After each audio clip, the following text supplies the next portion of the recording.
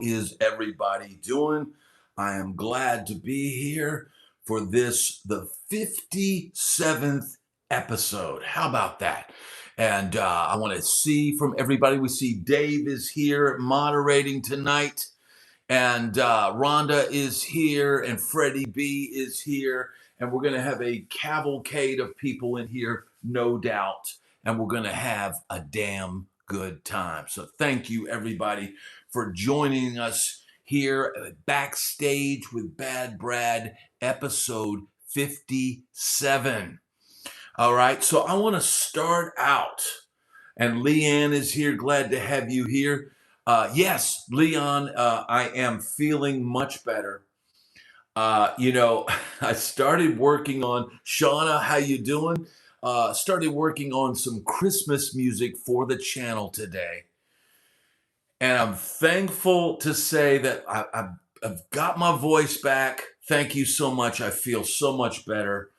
But I did, man. I was cutting some vocal tracks today, or at least trying to, at least getting in that mindset. And dude, if you'd have heard me 4 days ago, there was nothing coming out. So I was able to track some vocals today. But man, still in the middle of tracking those vocals, man, there were a few coughing fits. It's like there's still something in there that needs to get out, but I'm doing so much better, man. And was working on a rockin' version of Blue Christmas today. So hopefully I can finish that up in the next couple of days, put together a quick little family video, and that will be kind of like the Jingle Bells that we did. Yes, Rhonda, I am pushing it. But I really just wanted to see if my voice was back, and that's it's an easy song to sing, but it's impossible to top Elvis's vocal. It's impossible to top that.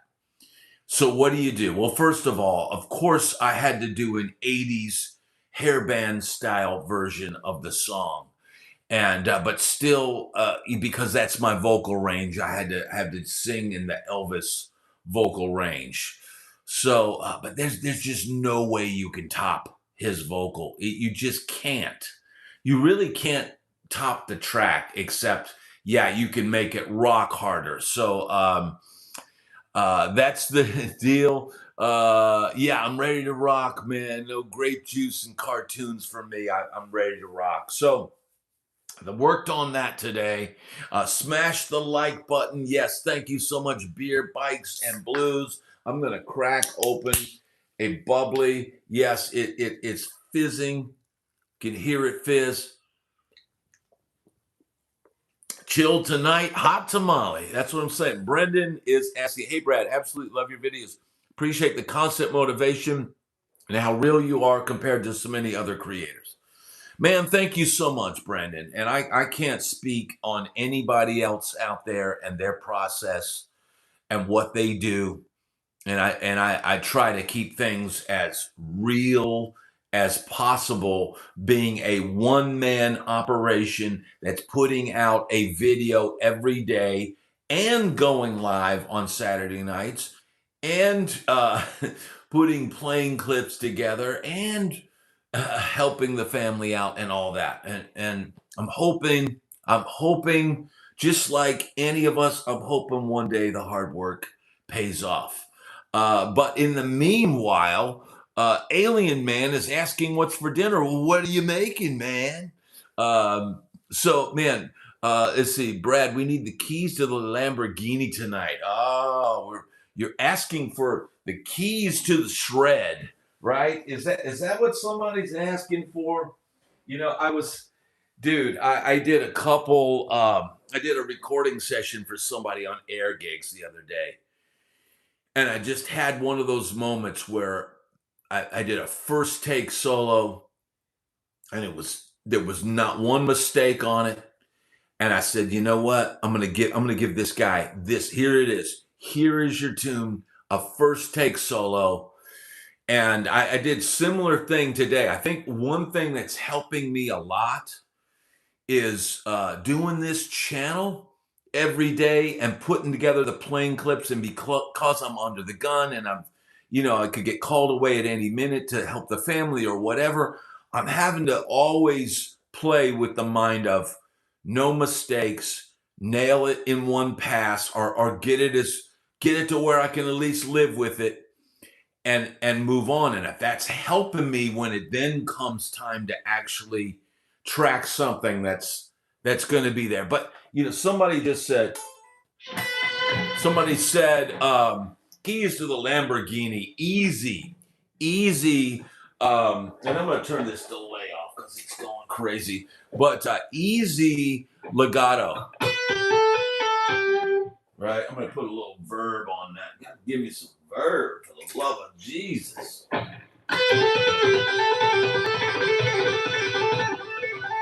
So,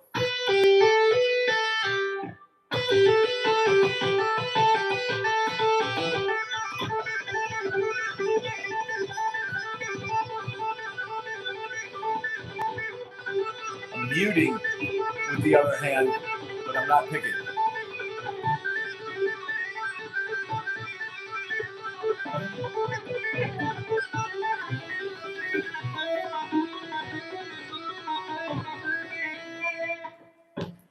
So there is the keys to the Lamborghini.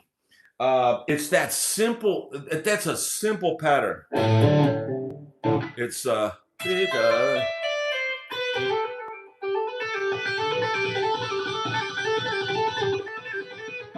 and you can work that. You can go up. You can go down, and that pattern can look. You could take one little pattern like that. Yes, P Funk. Look, that's just about all the legato I know, dude. I mean, it's like it's not something that I practice. It's just something that I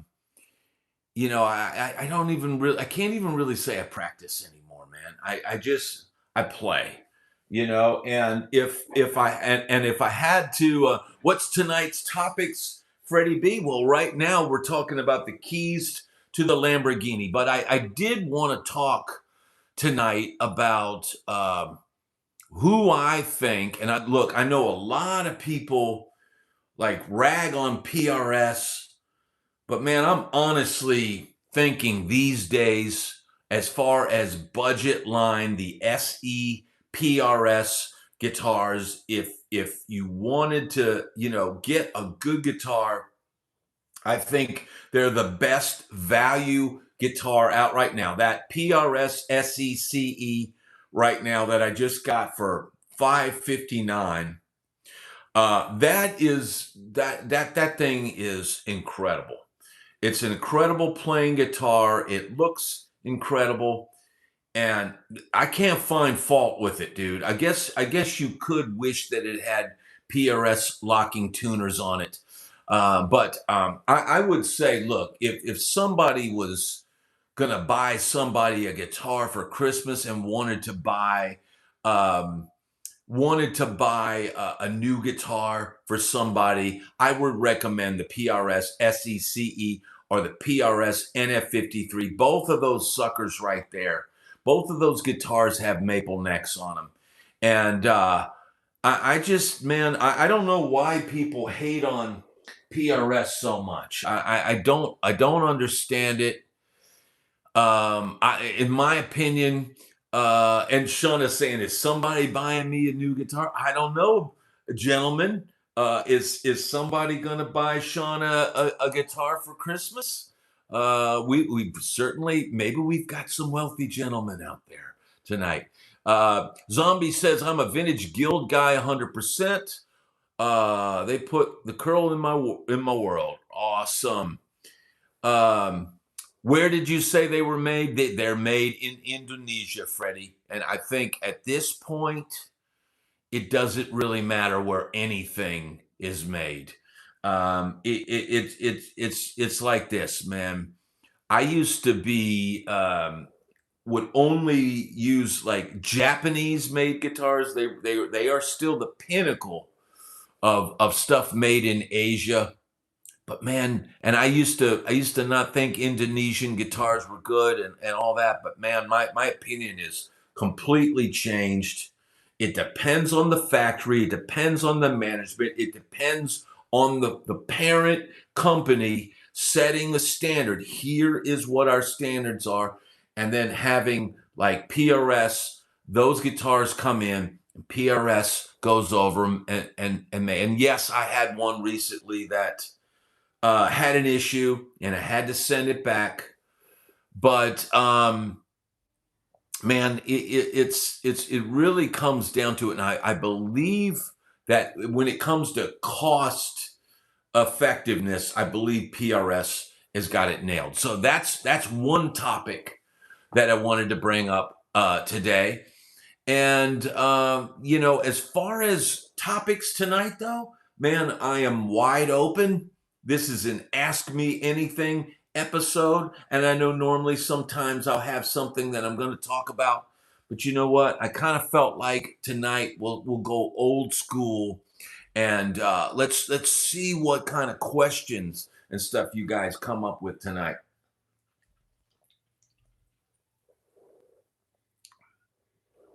You know, that Freddie makes a valid point. He talks about how the neck feels, and that is the main thing, man. If you can go try something and see how the neck feels. I like the feel of an unfinished maple neck, and both of those PRS right there, that's exactly what they have on the back, unfinished maple neck. And so for me, and look, man, the purple one there, it's got a thick neck on it. You feel like it's substantial. It's not some little thing that feels like it's going to fall apart. Steve Barker, Brad, ever played any Dean guitars, dime models? Yes, I did, Steve. I did play some Dean guitars on the road, and they were good guitars and all that. And I don't know whether it's Dean or BC. I think it's Dean. Yeah, Dean. I know a guy that works in the artist department of Dean Guitars, and they're just down the road from me. And I said to him, "Hey, man, let me come down to the factory. Let me, let's do a segment on the guitars and whatnot." He didn't get back to me, bro. So here's the deal, man. I would have loved to include a Dean Guitars visit on the channel, and that's not to say that this won't happen in the future, but I'm also not going to chase around. Oh, Dean just fired Chris Canella. I'm not even sure who Chris Canella is. But I think personally, my favorite Dean guitar is the Cadillac. There is red, there is some stuff going on, but I just wanted to go down there and dock it. Oh, Chris Canella was an artist rep. Okay, well, the guy I know, I believe, is the artist rep. So, but I'm not gonna chase him down, and I'm gonna do this. I'm gonna keep building this channel till it's undeniable, right? And if they won't come knocking, or if I can't get PRS to come knocking or whatever, we just keep building, baby. It doesn't matter. None of that matters. But it's like, dude, I see people with less subscribers, and they're getting big names on the channel and all that. And I said, hey, that's fine, dude. We're here doing the work. Nobody works harder than this channel, and no group of people are better than the people that watch this channel. The people that watch this channel know that I'm working my ass off, right? And I'm not just patty caking my way through this, right? So, look, man, I would love to get Dean on. I would love to PRS and all that. But I also have to understand, hey, I'm down here in Florida, and it is what it is. Now we're planning on trying to make it to the NAMM show this year. My wife says we're definitely going. I'm not going to believe it till we got the plane tickets and the room and the everything else booked. But that is the plan. So that's the deal. Oh, so Shauna says those people hire a social media marketing company. They put together collabs. Thank you. Yeah. Well, Brendan, here's the deal, man. Dude, I just, I don't think anything comes easy. Nothing's ever been easy for me, right? I've never had a moment that was like, okay, you've arrived. Here's the keys to your mansion, and here's your Lamborghini and all that. So, man, this is just a matter of putting in the work, right? And look, we've got 67 people in here. I want to get those thumbs up, right? And if you have not, let me tell you something else about what's going on here on, and we want to talk about topics. This week, I started the week, this past week, at like, I don't know, 23,200 and some subscribers. And then all of a sudden it jumped up to 23,700 some subscribers. Then literally the next day, it dropped back down to 23,000, like 380 some subscribers. So some weird algorithmic nonsense. I had 23,700 something. And then all of a sudden, in one day, it was like I must have had a ton of bots or something join the channel, and then YouTube purges said bots or something. And it's dude, it doesn't even faze me anymore. Yes, I'm like going, I had said I'd like to get 30K by Christmas Day. I realize that's like impossible, dude. That's like impossible at this point. Unless I just put out the most salacious, ridiculous, clickbait nonsense post of all time. Like I hit the proverbial 3 home runs in the World Series. That's not going to happen that quick. But to lose like 400 or something in a day, it's like, dude, what in the heck is going on? Because here's the thing, man. I will never pay for views. I will never pay for subscriptions. I can tell you this. I learned that lesson the hard way on Spotify, trying to get on playlists, and got our whole album pulled from Spotify. And that point, dude, was like, put your hands up and go, okay. There is no way to combat the system. There is no way to do exactly what the labels do. You don't think the labels aren't paying to get on playlists? They are. But when a mere mortal tries to get a few hundred plays, it'll get you booted off the platform. And look, YouTube, Freddie is asking you had to pay on Spotify, BadBrad. No, here's what I try, and this I don't know if I've even talked about this before, but I had a band called Stone Padre, and we had the drummer for Nickelback was in the band, and we had a American Idol vocalist that was the lead singer. And we put this album out ourselves. We didn't have a label. We didn't have publicists. We didn't have any of that.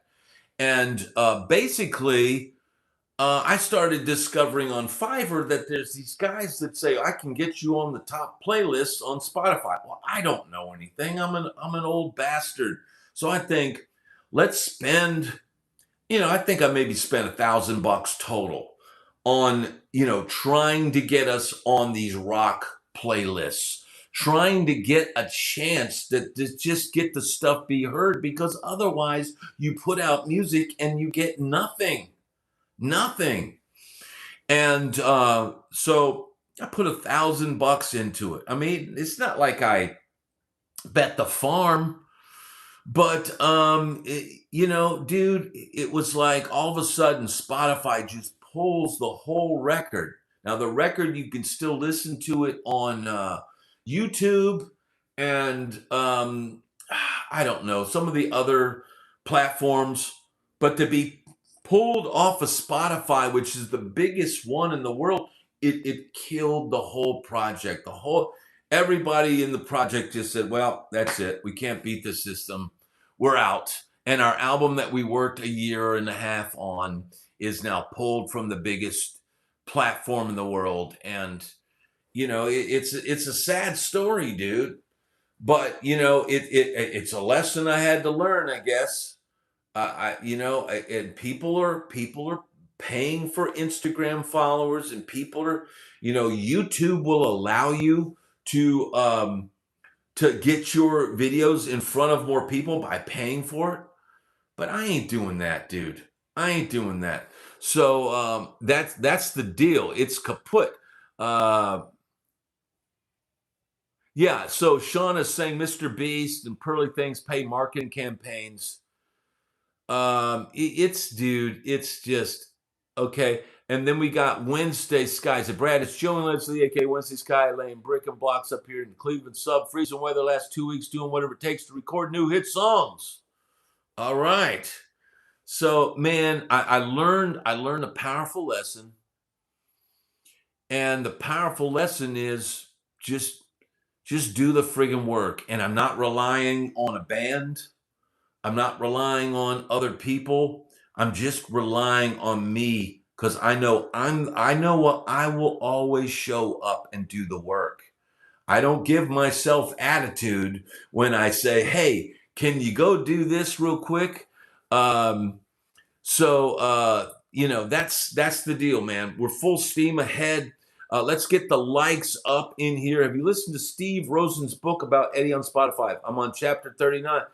Bob C., it's funny you should mention Mr. Steve Rosen. So tomorrow morning, 8 a.m. Eastern Standard Time, we're going to have the Stephen Rosen and Pyro John Watkins and BadBrad three-way interview, an epic hour and a half marathon of Edward Van Halen and rock and roll and philosophy and partying and all of that, dude. It's an hour and a half conversation. I did not split this one up into two parts.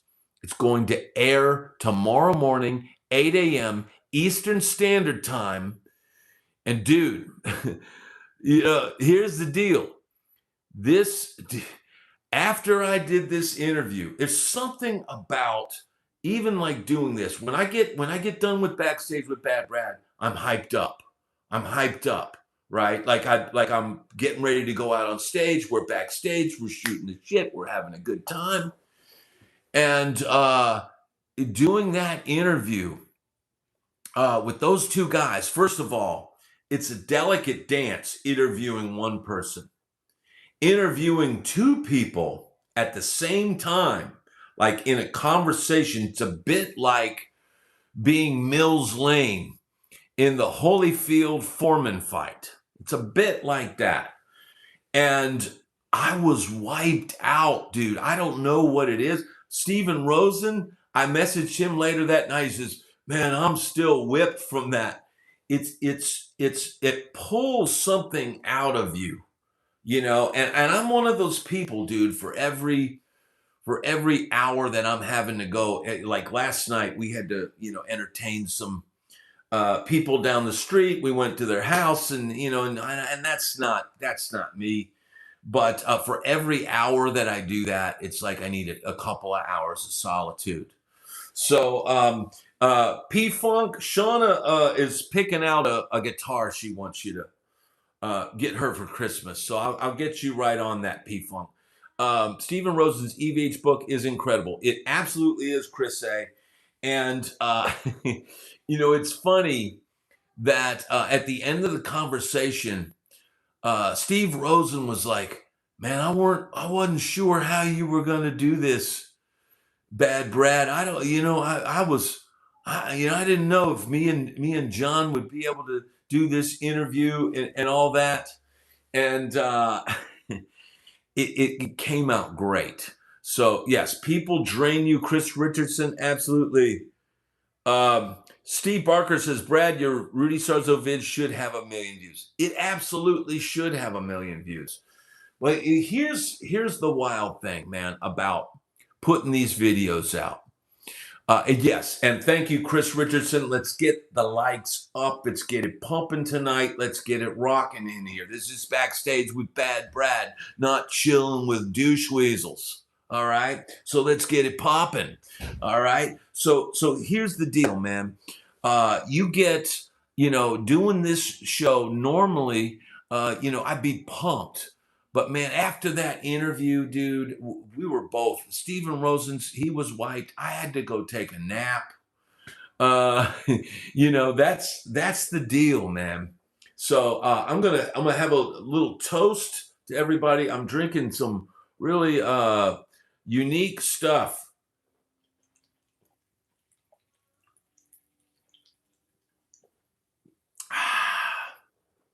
What is your favorite bridge to play on?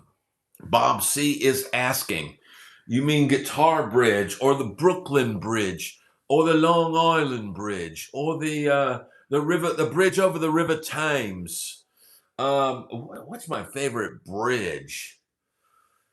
Or a bridge in a song?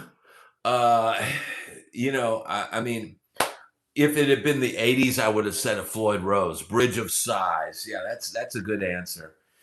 Man, I'm obviously where's the confounded bridge? A bridge too far, rig.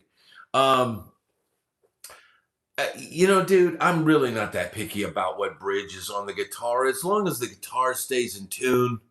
That's really the important part. What are you really getting out of your channel? Totally brutal honesty. Grind pivot. You want to know how much I make on this channel? Is that what you're asking? Dude, November, $2,400. So you figure 8 to 10 hours a day, 7 days a week.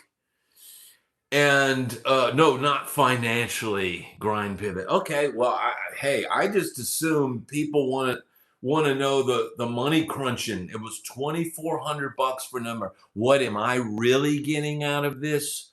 What I'm really getting out of this is a sense of purpose. What I'm really getting out of this is building something.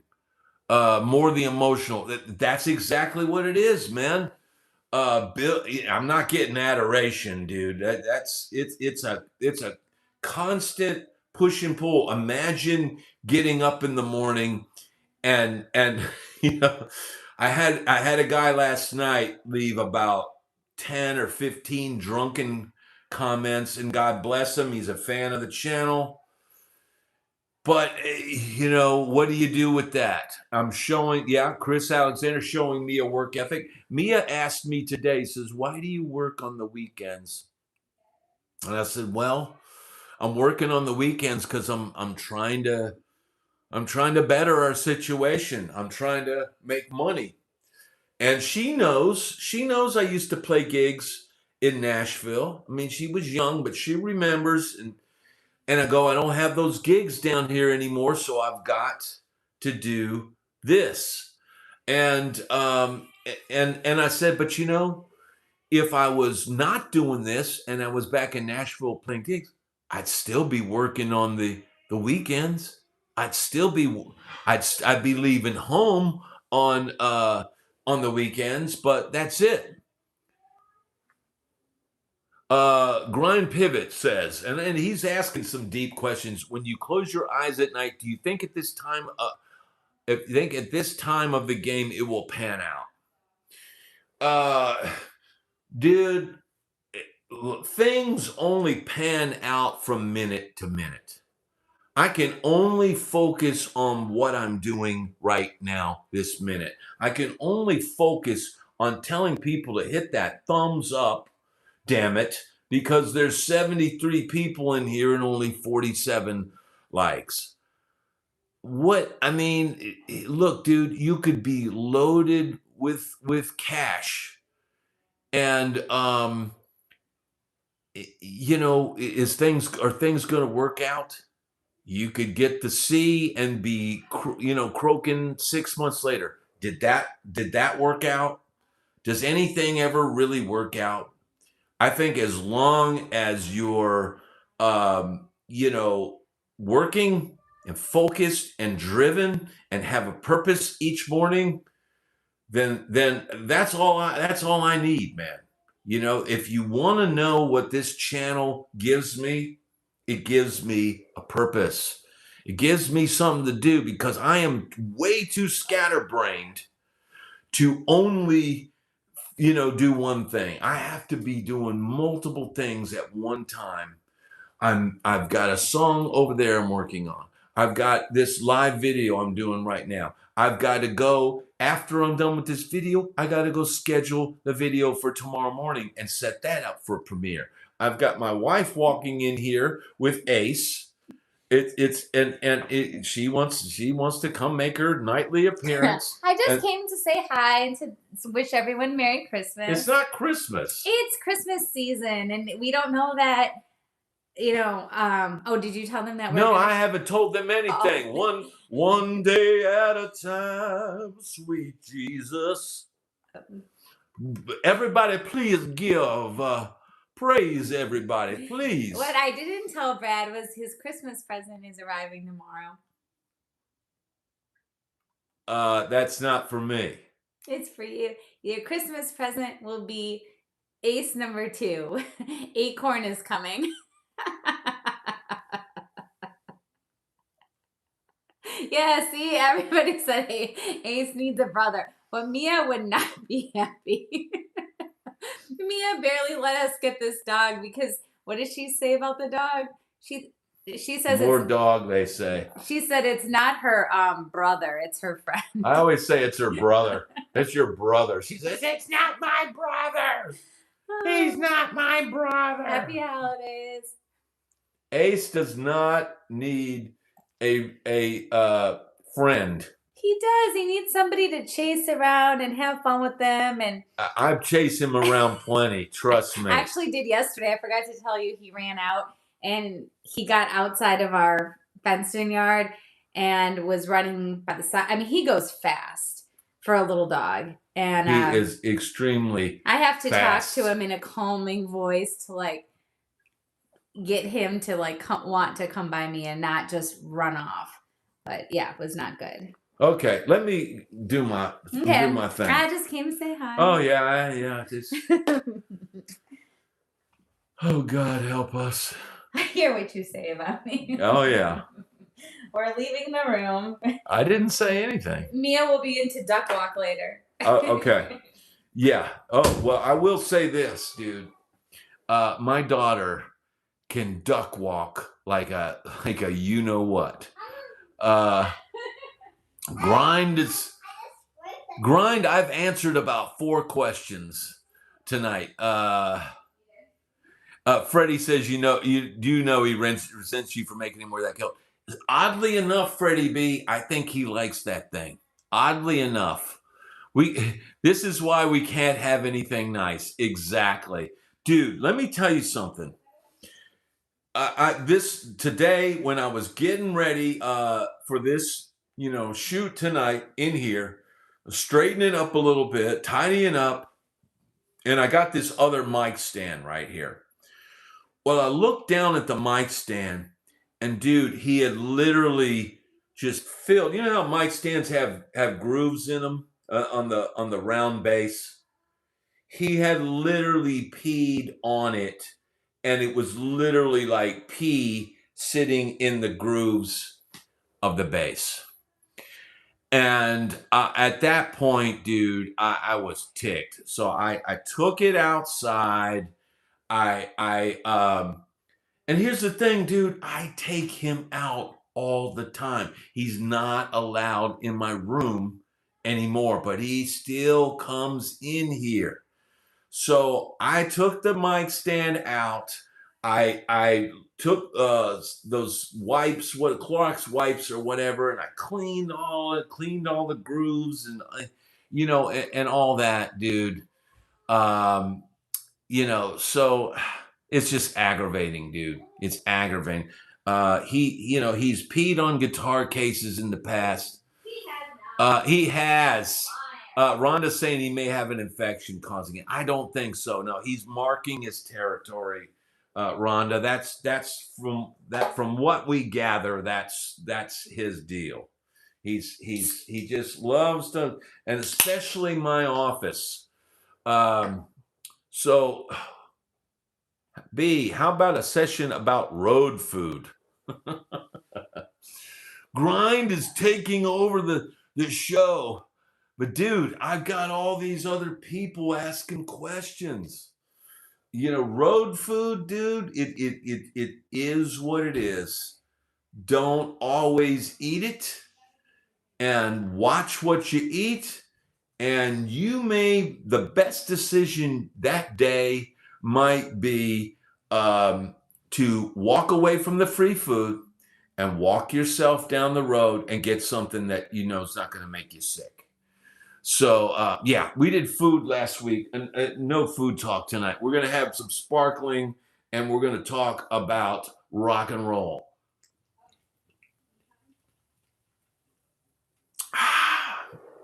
That's good, man.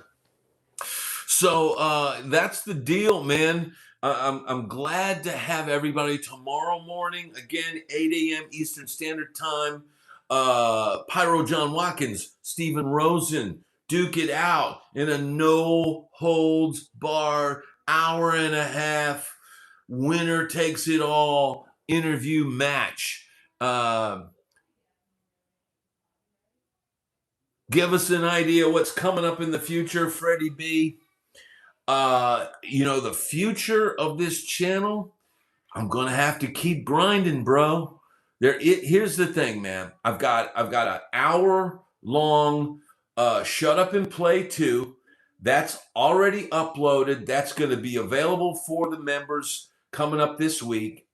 Tomorrow, after the interview with Stephen Rosen airs to the public, I'm going to make available for Rockstar members the James Cook interview. He's the former bassist for Luke Bryan for 12 years. He is a studio pro in Nashville now, a producer, a multi-instrumentalist, a bass player. And man, we had a great conversation because we both have known each other, through Nashville, but we didn't really work a lot together. But man, we got a lot of shared experiences and talking about me seeing him, on the road. And here's the thing, but I'm gonna have to probably, because it's December and people are, it's the holidays and people are doing what they're doing. I'm going to probably put out that James Cook interview. Then maybe one of those Sundays, the Shut Up and Play 2 will probably air in the place of an interview one morning. And then maybe after that, maybe a special like hour-long walk and talk or something to start the new year off right. And then once January starts, it's back to the grind, dude. Thank you so much, Kelly Bogues. Dig your channel. Thanks for all that you share with us. Thank you. Brad, did band members get any of the merch sales, or does the artist get it all? Chris Alexander, that's a great question. If you're a sideman, you don't get anything. You don't get any. I never heard of any sidemen getting anything. And here's the deal: generally, they're not selling merch with your image on it. Now, I do know guys that were on the road with Rick Springfield, and Rick Springfield would let them have their original project open for them on tour and then let them sell their merch at the same merch table with Rick stuff. So they would make money. And that's a great way because, man, let me tell you something. My buddies that played with Rick Springfield, the Rick Springfield audience members, man, they will buy your stuff. Those housewives and stuff that go to Rick Springfield, if you're playing in his band, they will buy the drummer's album, they'll buy the bass player's album, they'll do all that. He is a very cool cat. And in fact, when my buddy John Billings was playing with Rick Springfield, we had an album called Suitcase Pimps. And Rick Springfield put our album cover on his website and said, "This is my bass player's new band. Go buy this album." So we sold a bunch of albums just from that. So yeah, that was he's a cool dude. But man, most artists, it's just here's what you're paid, and you show up and you do your show, and they're banking on you needing the money. They're banking on you needing the money and just going along with it. So, but yeah, Rick Springfield is super cool because most artists won't do that. But man, dude, that guy is superhuman. You see how how in shape he is these days. Now, Chris A is asking another question: did Shock sell merchandise at shows? Chris A, we were so broke. How broke was Shock? Shock was so broke, we had to figure out which girl was going to buy us lunch that day. No, dude, we didn't have any merch. We didn't have a demo. Our manager, had some money, but he wasn't quick to spend the money. And I would say we were probably a break-even operation for him when we were headlining the Strip. The money that we would bring in would probably help pay the rent at the rehearsal, studio. I think I had one Shock t-shirt that somebody gave me. I think I wore it on stage once. It was already cut up and everything, but we never had any shirts for sale. We never had a cassette for sale. We just didn't have it. Yeah, grits. I would have a bag of grits that my mom mailed me, to eat. So yeah, we were so broke. We lived at the Shock House. I mean, dude, squalor, dude, squalor. If we had merch, if we'd have had, look, man, that's what we should have been. We should have been the merch kings. Shock should have had all the merch. We should have, after the shows, we're going to be at the merch table, dude, and we're going to sign your shirts, dude. And we would have all been over there and writing flirty messages on people's shirts and doing all that. And we just didn't, we didn't have the money. We didn't.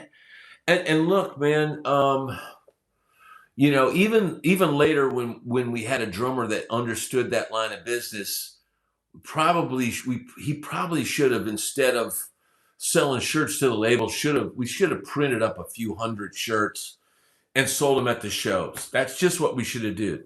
But yes, God did give rock and roll to us, so there's that. So 85 people in here. Let's get those thumbs up. Let's get it pumping tonight. It's Backstage with BadBrad, not lunch with the douche weasels. We are here and we're having an epic time.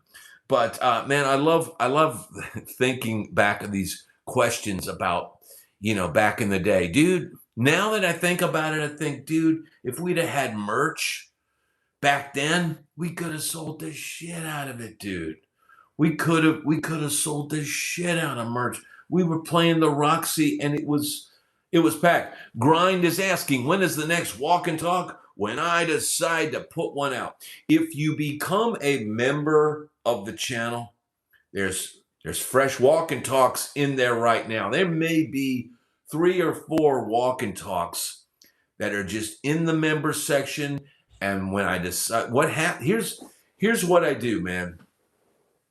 And Chris is saying Grindy just did one. Yeah, I try not to do 2 of those a week. I could easily film a walk and talk every day. I don't know if I put that out, every day. I don't know if that would be good for the channel. Thanks, Dwayne. I thank you so much for that. And here's the thing, man.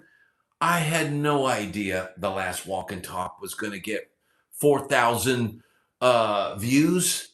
I had no idea that was going to take off. It's weird, dude. Every now and then, one of those walk and talks will just go, and it'll do a lot. And then I could put out another one next week, and it just does okay. And, the video I put out this morning, it did really well in the members section. But when I put it out, it didn't do the numbers that I'd hoped it would do. It didn't continue the roll. I was on a little miniature roll with the walk and talk. And then the Elvis video, which, by the way, just so people know, the Elvis video, I have to share the revenue with whoever wrote Glory, Glory, Hallelujah, whoever wrote that piece from American Trilogy. It's literally like revenue sharing. So, but here's the thing, man. I felt like, I want to put this trailer out. I want people to know about this film, and I'm okay with sharing it. But those 2 videos did really good numbers. And so I thought today's video, maybe we'll hit 3 in a row. Maybe we'll pull a Reggie Jackson and get 3 home runs. It didn't. It was 2 home. It was like 1.5 home runs and a walk. A walk. Let's see. John Bjork's interview with Bruce Boyer. It is 2 hours and great. I did not see that, Chris Alexander. I did not see that. Bo is asking, walk hard equals best music movie.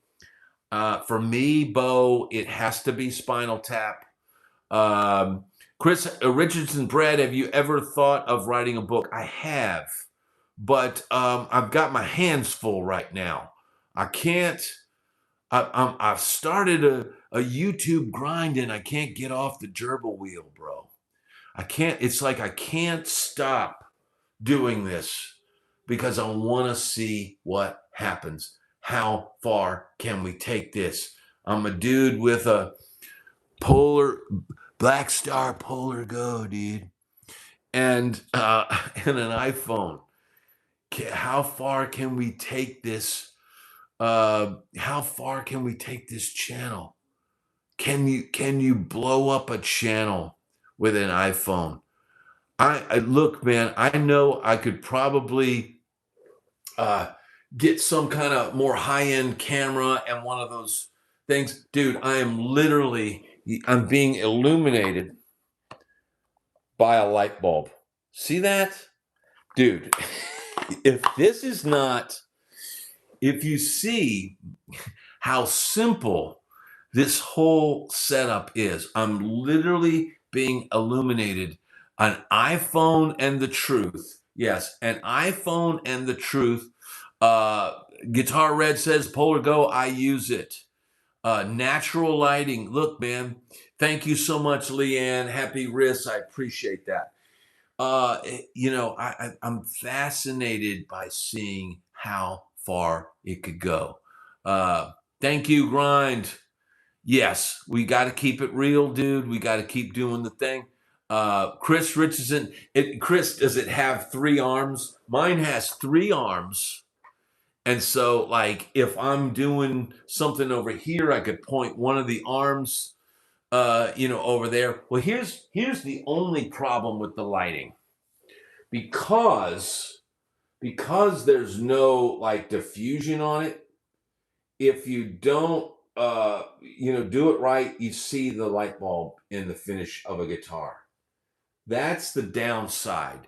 If it was one of those umbrella lights, you wouldn't see that. Oh, Iron Man says his has 5 arms. So that's the problem with this light. Did you ever see a waft show in LA? Steve, no, I did not. But I did see Blackie Lawless. In fact, I helped Blackie Lawless check into his hotel room at the boutique West Hollywood hotel that I worked at in LA. And I remember he checked in and he had some blonde with him. And I was like, well, there's Blackie Lawless. And that was it. That was it. Now, other famous tenants, I remember, this goes way back. This goes way back. Uh, Guns N' Roses had a Japanese massage therapist, a rather alluring Japanese massage therapist. And she would be put up at that hotel. She would like stay there. Like at one point in time, I think they had people from Guns N' Roses staying at that hotel. And I think she eventually ended up dating the drummer for Skid Row, alluring Freddie B. Freddie B. You know what alluring is. Don't pretend that you don't know what alluring is. And I remember them pulling up to the hotel with the massage therapist, and them like moving into the hotel for like a while. Like people would do that. People would live. Emerson, Lake and Palmer basically lived out of that hotel for like months on end. Robin Zander would live. Maybe they would like hole up there while they were recording their albums or whatever. I mean, back then, dude, you'd take what, a month, 2 months, 3 months to go record an album. Thank you, Chris A, for being here. Hit the like button. Les Paul says thank you so much, sir. But I used to see these people, man, and I remember Fred Curry checking into that hotel for a while. Carmen, let's see what he sees. Brad, what do you think about the female singer from Garbage going off and that guy in the crowd just holding the beach ball that did nothing to her?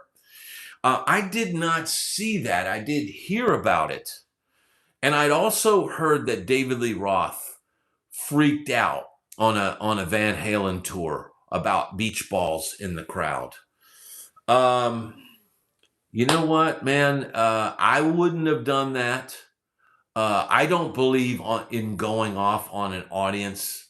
If you're out there performing for people and you're so aggravated that you're going off on your audience, then maybe it's time to take a break. So that's just my opinion. Hey, Marley. Hi, Brad. How's it going? By the way, tomorrow's my birthday. Yay. I think. Well, congratulations. Congratulations. Scott says she was totally disrespectful. Yes, everyone wish Marley a happy birthday. Tomorrow is going to be a good day for you. So yeah, that's the deal, man. Man, I was always super grateful, even though, most of the time later in life, I was just a side man playing with an artist. Man, I was always like, dude, you have to be nice to these audience members. They're going to be people. whether you're the sideman or not, they're going to want your autograph, or they're going to want to talk, or they're going to want to buy you a beer, man. I personally would rather hang out with those people than go sit on the bus sometimes with the douche weasels. That's just me. I can relate to the people in the audience sometimes more than the people on the bus. Brad, I'm from your school. People in the audience is their party too. Okay, I don't really understand that question.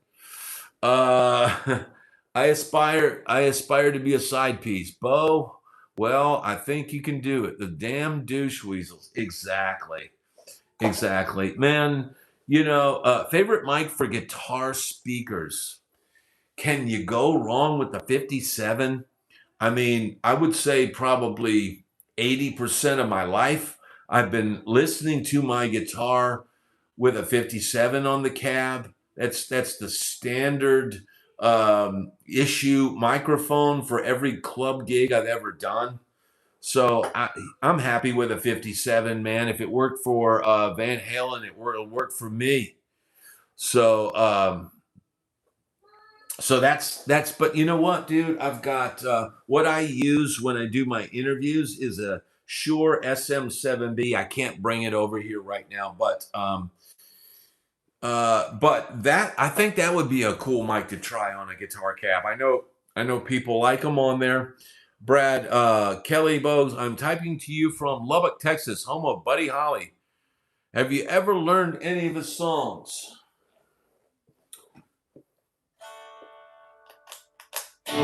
If I know a D chord,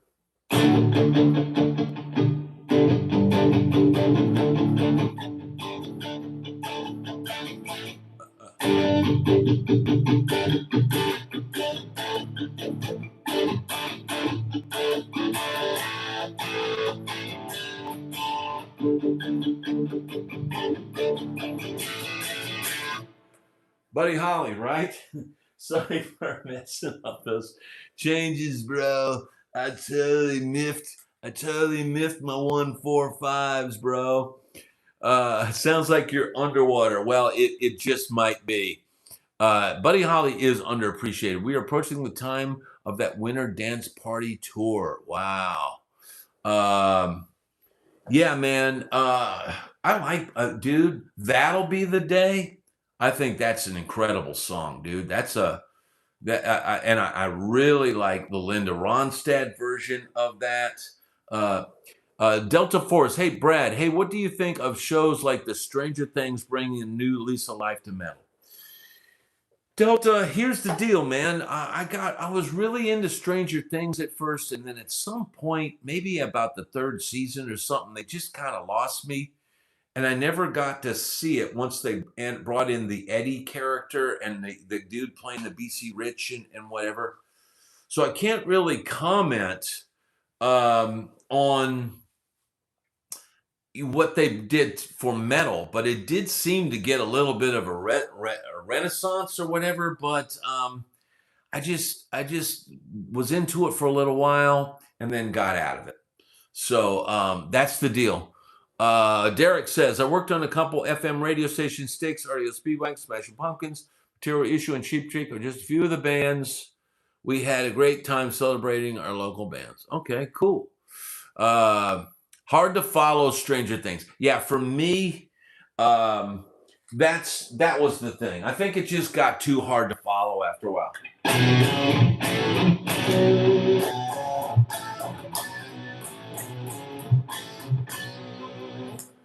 That is Linda Ronstadt, but a different version of. Watch me probably get hit with that.